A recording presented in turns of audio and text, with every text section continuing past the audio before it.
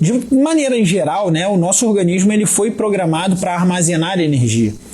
E armazenar energia porque, diga-se de passagem, né, a origem do homem, no sentido real, literal da palavra, como o indivíduo pelo qual precisava caçar, lutar, buscar alimento, ele também havia necessidade de armazenar energia, uma vez que essa energia fosse necessária para a manutenção da temperatura corporal, funcionamento das atividades vitais, das necessidades vitais, e principalmente dentro de um ambiente que não era confortável, era um ambiente frio, que você provavelmente teria que estar fugindo de alguma presa ou de algum predador, que você provavelmente estaria sob condições de ataque a uma presa.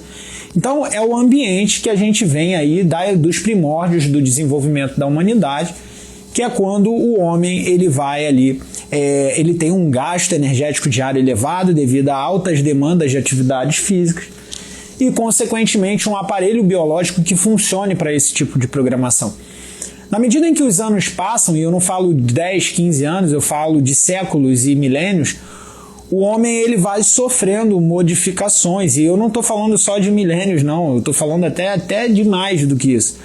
O homem ele sofre modificação no contexto social e no contexto biológico inserido. Então, o homem deixa de ser aquele ser que caçava, que buscava o alimento, se torna aquele ser do cultivo monocultor, por exemplo, do trigo, e que agora já não precisa mais gastar tanta energia para ter um alimento que fosse rico em calorias, o que faz com que haja uma reprogramação no metabolismo desse indivíduo. E é claro, eu não falo disso só em relação ao trigo.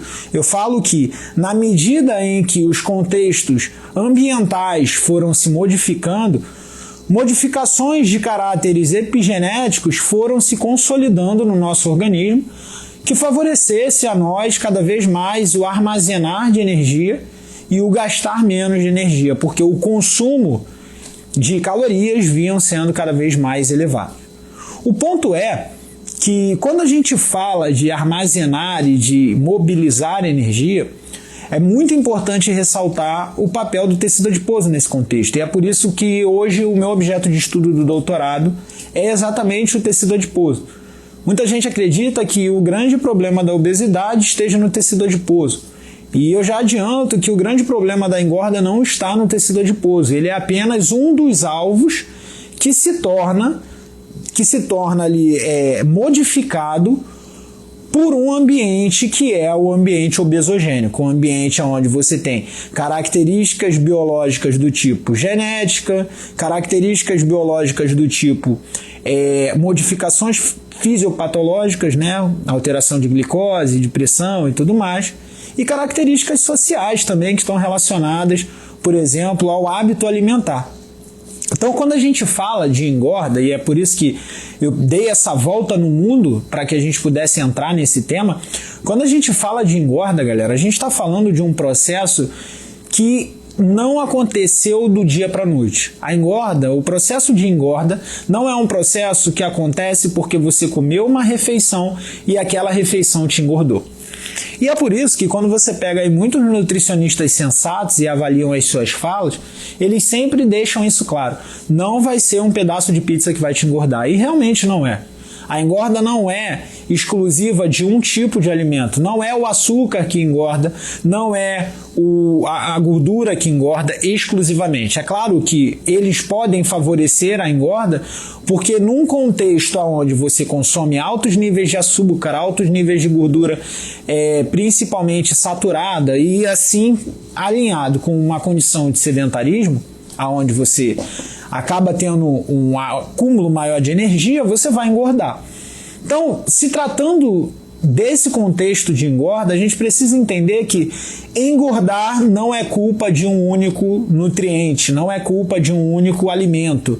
É culpa de um ambiente e de fatores biopsicossociais que vão influenciar em todas as respostas, sejam elas de caráter biológicas, como eu falei para vocês, como o ambiente influenciou a modificação do homem ao longo do seu desenvolvimento como humano, como Homo sapiens, né? Não digo nem sapiens, né? Mas como Homo, e aí dentro das suas subdivisões, aí no caso sapiens, e não só essas características ambientais que podem modificar as expressões e fatores genéticos, como também as relações ambientais que podem modificar o funcionamento em relação ao comportamento.